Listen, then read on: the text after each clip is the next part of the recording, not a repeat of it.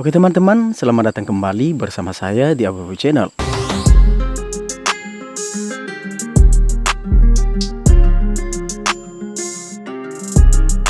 Nah, kali ini saya akan tes zoom handycam atau camcorder baru merek Panasonic.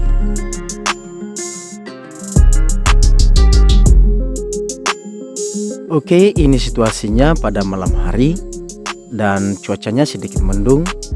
Banyak awan yang menyelimuti dan menghambat tembus ke bulannya saat kita lihat. Oke, pelan-pelan kita zoom bulannya.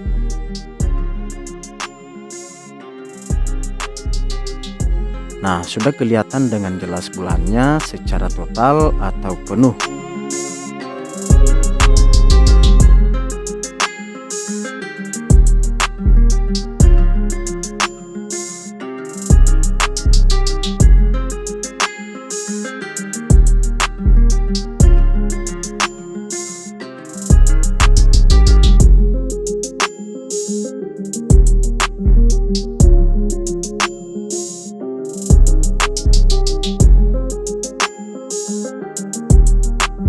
Dan ini kita zoom sebanyak mencapai 3000 kali zoom, sehingga kelihatan buram atau pecah.